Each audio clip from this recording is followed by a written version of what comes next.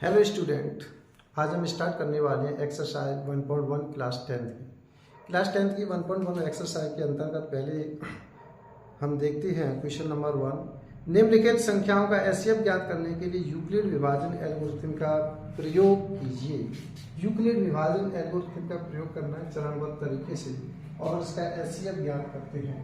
Question number पहला है, इसमें पहले का पहला 135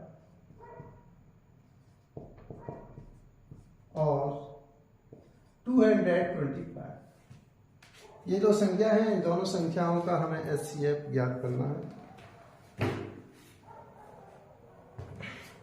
तो यहाँ पर देखिए 135 और 225 पर यूक्लिड विभाजन एल्गोरिथम प्रमेय से, यूक्लिड विभाजन प्रमेय का से यहाँ पर लिख सकते हैं यूक्लिड विभाजन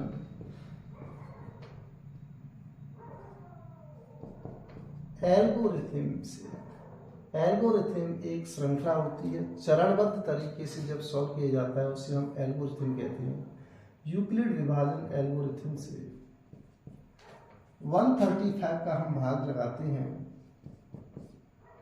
225 में। डायरेक्ट कीजिए जैसे मैं आपको करना सिखा रहा हूँ उसी तरीके से आप भी करोगे। तो 135 का इसमें भाग लगाते हैं, 13 का पारा पढ़िए जो 26 से आगे निकल जाए। यहाँ पर देखो बड़ी संख्याओं से भाग देना जो स्टूडेंट नहीं जानते हैं वो अच्छी तरीके से समझें कि बड़ी संख्याओं का भाग किस तरीके से लगाया जाता है। 13 का भाग इसमें हम लगाएंगे, 22 से आगे नहीं निकल जाए तो 13 की टेबल पढ़िए आप। 13 बचा 13, 1 बार गया तो 1 को आप यहाँ लिखिए। अब इसको हम घटाएंगे तो 5 में से 5 गया 0। यहाँ पर 2 है, ये 3 है, यहाँ पर 9 बचा तो यहाँ पर 90 हो गया। अब देखो हमें यूक्लिड विभाजन एल्गोरिथम से आप जब एचसीएफ ज्ञात करते हैं तो इसका चरणबद्ध तरीका होता है। जब तक शेषफल शून्य प्राप्त नहीं होता है और जिस भाजक से इसका शेषफल शून्य प्राप्त होता है वही भाजक इन दोनों संख्याओं का एचसीएफ कहलाता है। यह यूक्लिड विभाजन एल्गोरिथम के द्वारा एचसीएफ ज्ञात करने का मेथड कहलाता है। तो यहाँ पर जो शेषफल बचा है इस शेषफल का इस भाजक में आप भाग लगाएंगे 135। अब 135 में आप भाग लगाते हैं तो देखिए क्या प्राप्त होता है। 9 की टेबल पढ़िए जो 13 से आगे नहीं निकल जाए तो 1 बार जाएगा, याद रखिए कोई बात नहीं। तो यहाँ पर 90 आ जाएगा। ये 5, 9, यहाँ पर 4 बचा है। अब ये 45 है, शेषफल यहाँ पर 0 प्राप्त नहीं हुआ है।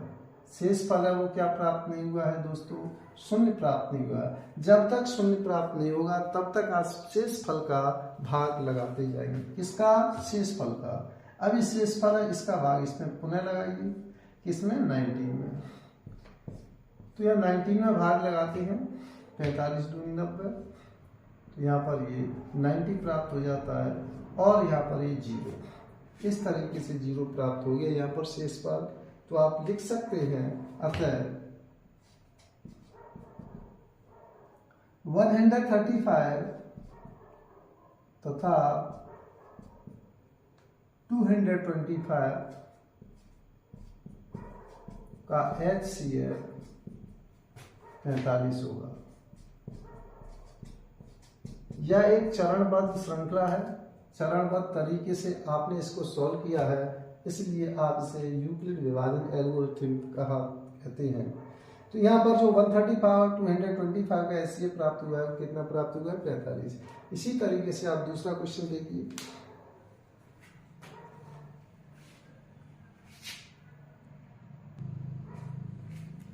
हाँ, नेक्स्ट क्वेश्चन देखते हैं। तो यहाँ पर क्या है, चरणबद्ध तरीके से हम शेषफल का भाजक में भाग लगाते जाते हैं। जब तक शेषफल शून्य प्राप्त नहीं हो जाता है तब तक हम पीछा नहीं छोड़ते। दूसरा क्वेश्चन देखिए, पहले का दूसरा है 196 196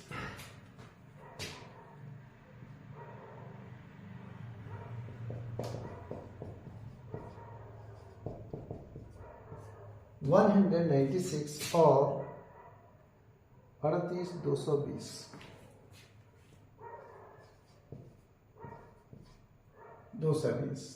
इसका हमें क्या निकालना है? एचसीएफ निकालना है। यूक्लिड विभाजन एल्गोरिथम से 196 का हम इसमें भाग लगाते हैं 38220। लगाइए इसमें भाग, कितनी बार जाएगा? 9 दूनी 38, तो इसमें 2 का मल्टीप्लाई कर लीजिए। 19 का हमने पारा पढ़ा है 38 से आगे नहीं निकल जाए, तो 19 का पारा पढ़िए। 9 दूनी 38, 196 इंटू 2 का मल्टीप्लाई कीजिए। 6 दूनी 12 की 9 से 1, 9 18 19 की 9 से 1, 2 1 2 1 352 हो गए। ये 382 में इसका ज़्यादा निकल गए तो एक कम कर लो। एक का मल्टीप्लाई करें तो 196 ही आएगा। यहाँ लिख लो, कोई बात नहीं है, यहाँ लिख लो 196। अब इसे घटाइए, तो यहाँ पर क्या बचा? 6, यहाँ पर कितना आ गया? 10, तो यहाँ पर 8, यहाँ पर 2, तो 186। यहाँ पर से आप 2 नोट कीजिए, यहाँ से 2 नोट किया। अब 19 की टेबल पढ़ो। अब 18 नहीं, 186 से आगे नहीं निकल जाए, 19 की टेबल आपको पढ़नी है। 19 दूनी 38, 19 नम्मा 171 होती हैं, 19 नम्मा, तो 19 इसमें 9 का गुणा करके देखिए 196 इंटू 9।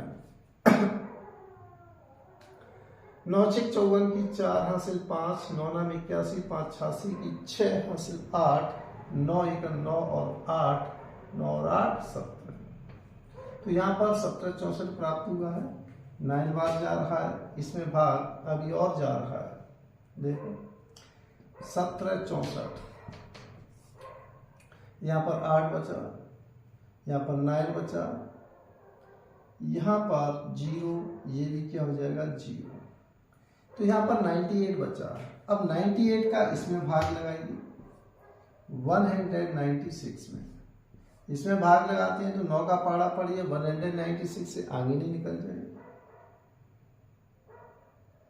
हाँ, सॉरी, यहाँ पर हमें एक एलिमेंट और उतारना था, हमने आगे गौर नहीं किया। यहाँ देखिए, कोई बात नहीं, ये 0 है। अब इस 0 को नोट कीजिए। 19 का पारा पढ़िए, 98 से आगे नहीं निकल जाए। 9 दूनी 38, 9 57, 9 5 95, 19 गुणा 5, तो 196 गुणा 5 कीजिए। 5 से 30 की 0 हासिल 3, 45, 45 3 48 की 8 हासिल 4, 5 4 980 हो गई। तो यहाँ पर 5 बार गया और 5 का मल्टीप्लाई किया तो 980 ही आया। घटाइए 0 0 0, इसका मतलब शेष पर 0 है, तो यहाँ पर लिखोगे चूंकि शेष पर 0 है, शेष फल 0 है, इसलिए अब किसके भाग से 0 आया है? 196 के भाग से, इसलिए 196। और ये वाला काम आपको रफ्तार में करना है दोस्तों। 196 और 38220 का HCF कितना होगा? 196 होगा।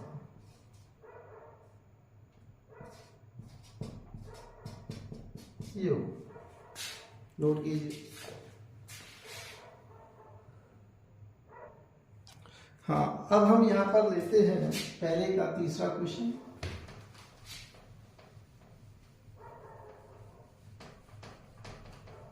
इन्हीं क्वेश्चनों को आप घर पर कीजिए। जब तक आप अपने हाथ से क्वेश्चन को सॉल्व नहीं करेंगे तब तक कुछ नहीं होने वाला है। सॉल्व तो आपको करने ही करने हैं।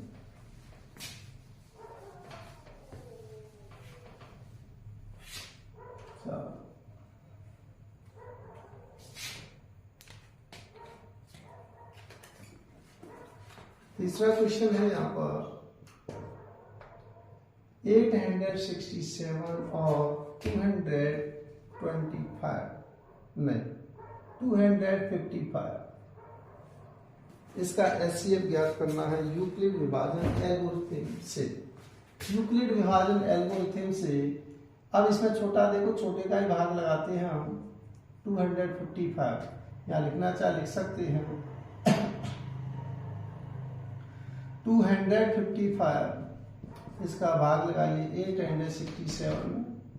छोटे का भाग लगाते हैं एचसीएफ ज्ञात करने के लिए, छोटी संख्या का बड़ी संख्या में आप भाग लगाएंगे। जब तक भाग लगाते जाते हैं जब तक आपको शून्य प्राप्त नहीं हो जाए। ये यूक्लिड विभाजन एल्गोरिथम, जो यूक्लिड विभाजन जो प्रमेय थी उसका दूसरा रूप है। यदि ए को बी से विभाजित किया जाए तो विभाजित करने पर क्यू भागफल और शेषफल प्राप्त होता है, तब उसे a = bq+r की फॉर्म में लिख सकते हैं। तो a = bq+r की फॉर्म में लिख लो या फिर इस तरीके से कर लो, एक ही बात होती है, कोई नंबर नहीं कटेगा। 25 का यहाँ पर पाड़ा पढ़िए, 86 से आगे नहीं निकल जाए।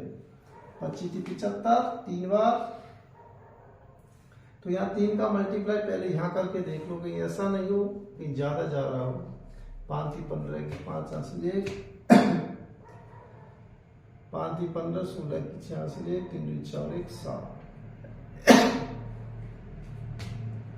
25 × 75 3 765, 102 का भाग लगाइए 255 में।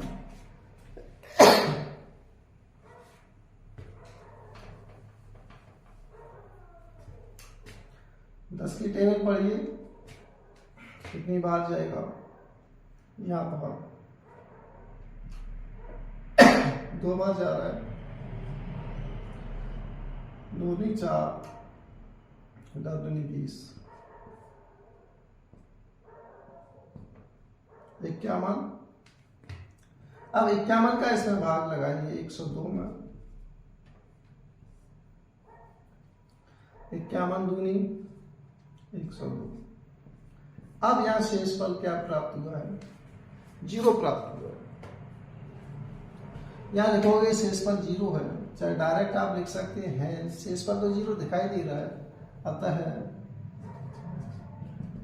867 और 255 का HCF 51 होगा। बस इस तरीके से आपको ये क्वेश्चन सॉल्व करने थे। इसी को हम कहते हैं यूक्लिड विभाजन एल्गोरिथम। एक श्रृंखला चलती है, इसमें चरणबद्ध तरीके से आप भाग विधि द्वारा इसे सॉल्व करते जाते हैं। तब तक आपका शेषफल शून्य प्राप्त नहीं होता है, तब तक आप इसको इसी तरीके से सॉल्व करते जाएंगे। यह प्रक्रिया बार बार दोहराते हैं जब तक आपको शेषफल शून्य प्राप्त नहीं हो जाता है।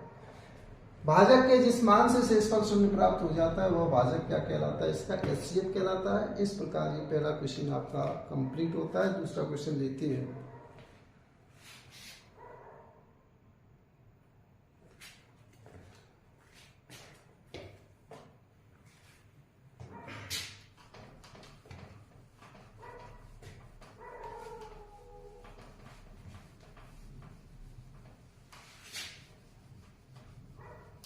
क्वेश्चन नंबर 2 को देखिए।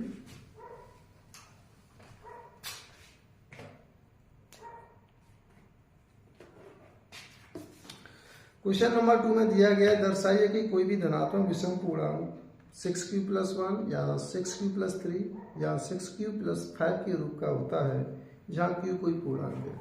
देखो मैं हिंदी में यहाँ पढ़ रहा हूँ, मेरे पास 2 मैथ है, एक सीबीएसई वाला है, एक आरबीएसई वाला है, हिंदी मीडियम।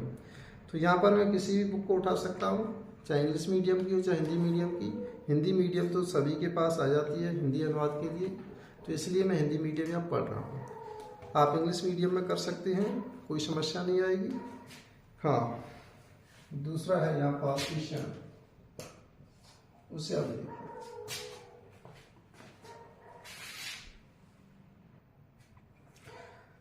हाँ, दर्शाइए कोई भी धनात्मक विषम पूर्णांक 6q+1, 6q+3 या 6q+5 के रूप का होता है जहाँ q कोई पूर्णांक है। यहाँ पर हम लेट कर लेते हैं, माना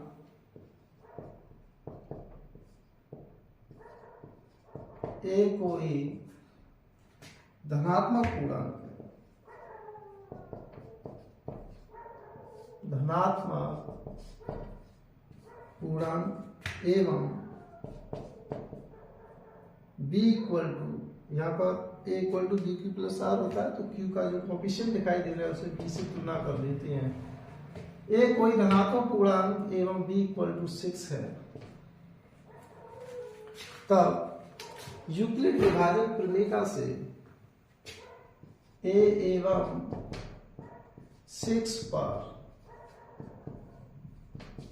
यूक्लिड विभाजन प्रमेय से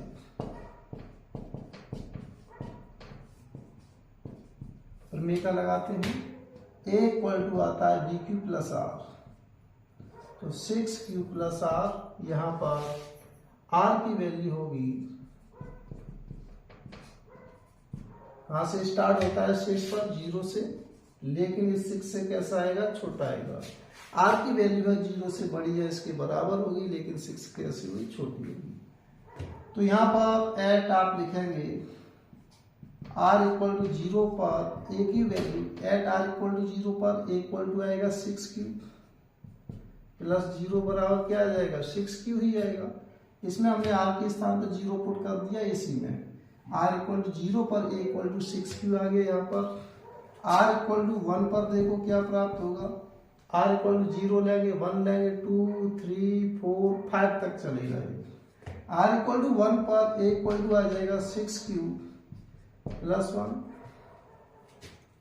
r इक्वल टू 2 पर a इक्वल टू आ जाएगा 6q plus 2, r equal to 3 पर a इक्वल टू आ जाएगा 6q plus 3, r equal to 4 पर a इक्वल टू आ जाएगा 6q plus 4, r equal to 5 पर आएगा a equal to 6q plus 5। अब आपको इसमें पहचानना है कि कौन सी सम संख्या है, कौन सी विषम संख्या है। 6q, इसमें 2 का भाग चला जाएगा क्योंकि 6 आ रहा है, इसलिए सम संख्या है। सम है तो यहां लिख दो दिस इज सम, सम संख्या है।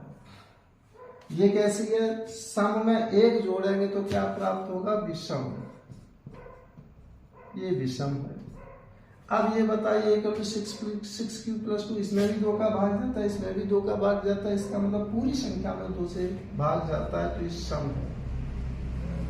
अब ये बताइए 6q प्लस 3 कैसी है, ये विषम है। यहाँ पर 6q प्लस 4 ये कैसी है, सम है, क्योंकि दोनों में भाग जाता है 2 का, इसमें भी जाता है, इसमें भी जाता है, इसका पूरी संख्या में 2 का भाग जाता है। अगर पूरी संख्या में 2 का भाग चला जाता है तो वो सम संख्या कहलाती है। इसमें पूरी संख्या में 2 का भाग नहीं जाएगा, इसलिए सम संख्या नहीं होगी। तो यहाँ पर आपको विषम संख्या दिखाई दे रही है, एक तो ये है, एक ये है, एक ये है। तो विषम संख्या का रूप ये प्राप्त होगा, ये प्राप्त होगा, या फिर ये प्राप्त होगा। यहाँ पर ये लिख सकते हैं, अतः a कोई धनात्मक पूर्णांक है। धनात्मक पूर्णांक का जो रूप होता है विषम, कैसा, a कोई धनात्मक पूर्णांक है तो विषम धनात्मक पूर्णांक 6q plus 1, 6q plus 3, 6q plus 5 के रूप का होता है। अतः कोई धनात्मक विषम पूर्णांक आपको दिखाई तो दे रहा होगा,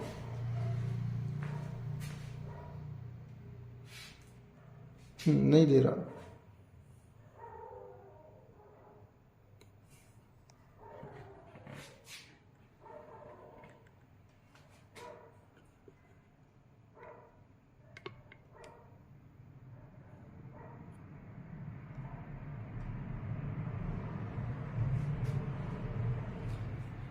हाँ, अतः कोई धनात्मक विषम पूर्णांक 6q प्लस 1, 6q प्लस 3 और 6q प्लस 5 के रूप का होता है। ये आधी बात आपकी समझ। अतः कोई धनात्मक विषम पूर्णांक 6q plus 1, 6q plus 3, 6q plus 5 के रूप का होता है। यहाँ पर q क्या है, यहाँ पर q एक पूर्ण संख्या होती है, पूर्णांक नहीं। यहाँ q एक कैसी संख्या होती है, पूर्ण संख्या होती है। उसमें दिया गया पूर्णांक मैं नहीं मानता पूर्णांक, q कैसी संख्या है, पूर्ण संख्या है। Q इक्वल टू 0 पुट करो 1 आ गया, Q इक्वल टू 0 पुट करो 3 आ गया, ये प्राप्त हो रहे हैं।